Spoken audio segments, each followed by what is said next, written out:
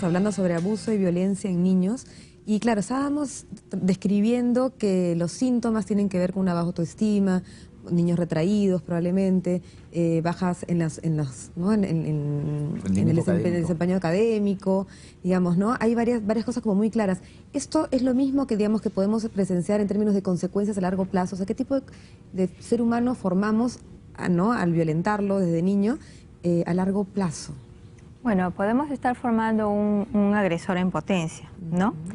Como también podría ser una persona que polarice, ¿no? Que sea totalmente sumisa, ¿no? Y que también se aprenda siempre a recibir golpes, ¿no? Claro, que aprenda a recibir golpes, que no pueda ser emprendedora, que no pueda salir de los círculos que lamentablemente la historia se le repite, ¿no?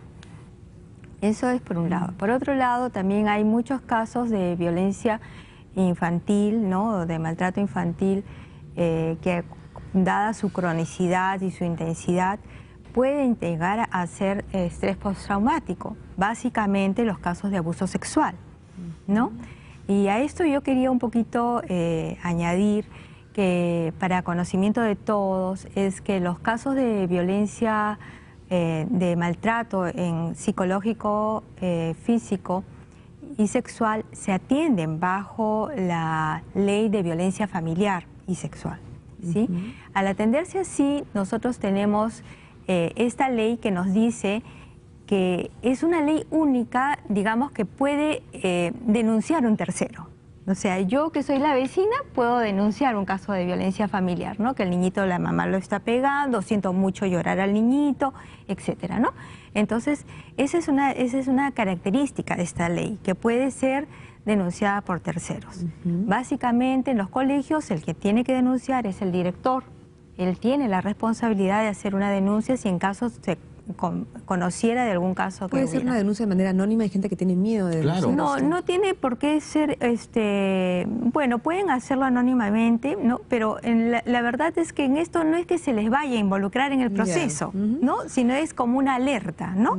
No, pero la gente no lo hace no porque no la puedan involucrar en el proceso, sino por no ganarse conflicto o enemistad con el vecino. Bueno, puede ser. Entonces, miren, nosotros tenemos los centros de emergencia mujer, que tenemos en este momento 180 a nivel nacional, y atienden justamente esta problemática. La problemática que estamos tratando la atienden en los centros de emergencia mujer, y también contamos con la línea Ayuda 100, a través de la cual los recibimos de llamadas de muchos chicos y chicas y niños también. Entonces, se ha implementado una línea 100 en acción, que es justamente equipos itinerantes que van inmediatamente si la situación es de mucha gravedad, ¿sí? Sí, aparentemente no. También hay el chat 100, que es para aquellos chicos que les gustaría hacer algún tipo de consulta sobre este tema, ¿no? Y definitivamente las defensorías del niño y del adolescente, que están en la mayoría de los distritos de nuestro país. Tenemos 250 defensorías en todo el Perú, y lo interesante de la defensoría es que funciona como como el alerta para que el sistema de protección de la comunidad se despierte, empiece inmediatamente a activarse entre unos y otros para proteger a las niñas y los niños, ¿no? Importante. Entonces, esta es una estrategia que nosotros tenemos que realmente sabemos por las evidencias, porque como les digo, no tenemos unas estadísticas reales, no hay sobre esto, pero las evidencias que nos da el programa son interesantes, ¿no? Y en base a ellas vamos monitoreando. Ahora, Lisandro, en el programa que tienen ustedes, en esta campaña que tienen ustedes, mencionaste al describirla que los niños, por ejemplo, podían ellos mismos, al ver esas escenas, decir, oye, papá, no me maltrates, ¿no?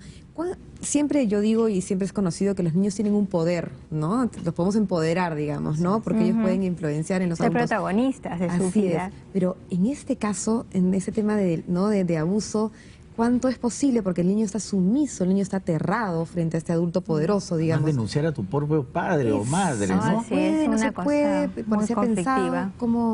Claro, la idea no es que los niños denuncien a sus padres, sino promover acciones de prevención O sea, porque muchos padres se preguntan ya, pues ya, me dices que no le pegue, me dices que no le grite, ¿qué hago? ¿No? Entonces, nosotros estamos trabajando en el mejoramiento y la promoción de conductas, como por ejemplo el tema de la tolerancia, ¿no? O sea, hechos de violencia vamos a vivir siempre, o sea, es una cuestión tan grande que tiene tantas causas, ¿no? Es un árbol de muchas raíces. Entonces la idea es que al menos por este lado, donde se agarra mucha carnecita desde el tema del castigo, empezar a educarnos todos. Y los niños, sí es importante que se empoderen, que sepan sus derechos, que puedan entablar un diálogo también con sus padres. Y eso significa no solamente no me pegues, sino asumir un rol también dentro de la familia con sus responsabilidades como hijo, ¿no? Por ejemplo, frente a un esfuerzo de los padres, ser buenos estudiantes, contribuir en la familia, con los roles, ¿no? En la casa siempre apoyando, porque vemos que una de las razones o de las justificaciones es que las madres que son en mayor proporción quienes ejercen castigo contra los niños es porque desfogan, ¿no? Todo la tensión que tienen de criar, de llevar las riendas del hogar, como se dice, y en un determinado tiempo explotan. Entonces en ese tiempo nos olvidamos de la tolerancia de eso, ¿no? Entonces, pero es un tema de promoción, de encontrar precisamente espacios para que las madres también puedan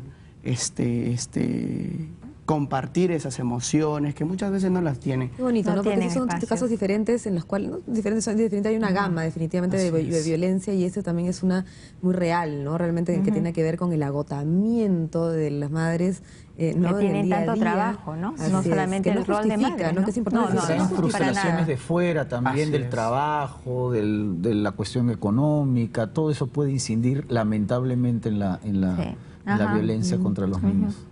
Así es. Sí, o sea, efectivamente, es un factor muy importante que los niños conozcan sus derechos, que los niños puedan entablar un diálogo. O sea, no siempre el adulto es, oye, haz esto, sino el niño puede asumir un rol también en torno a eso.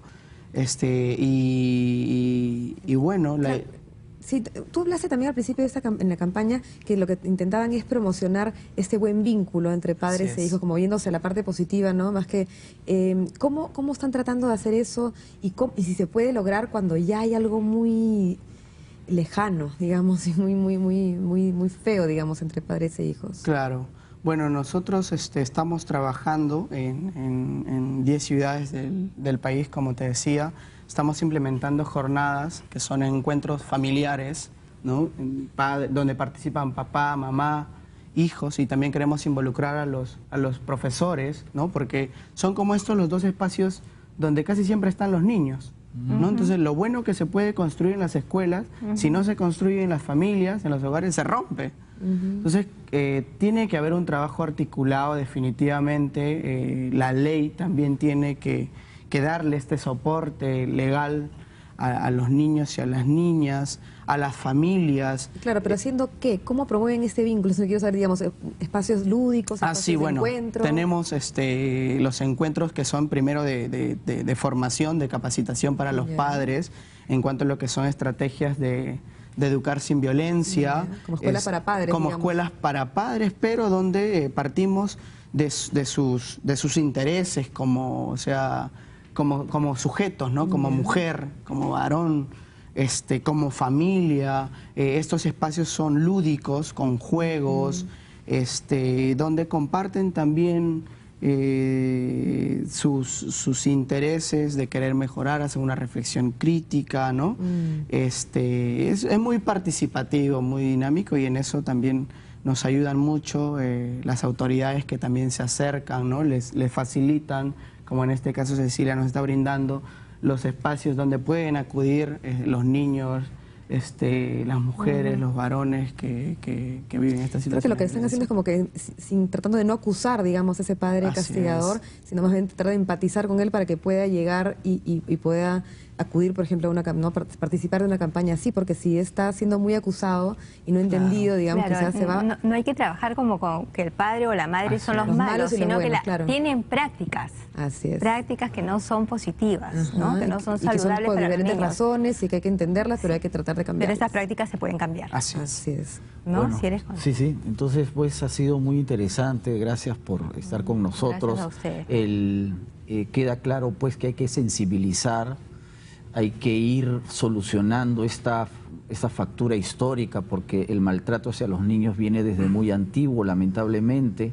Que los padres, que los vecinos, que los profesores de colegio, los directores, los miembros de las iglesias estén alertas ante este problema. Nadie tiene derecho, ¿no?, a ejercer violencia sobre los niños, ni siquiera los padres. Y eso que no hemos hablado de la violencia sexual, que es todo un tema que seguramente será materia de un programa especial. Así es, y no olvidarnos del daño profundo que generamos en un niño, en la estructura, que es la base para que sea un adulto feliz y saludable, importantísimo. Muchísimas gracias por estar con nosotros hoy día. Gracias a ustedes, más bien, por la oportunidad. Y no se olviden, amigos, de visitar nuestra página en Facebook. Muy buenas noches.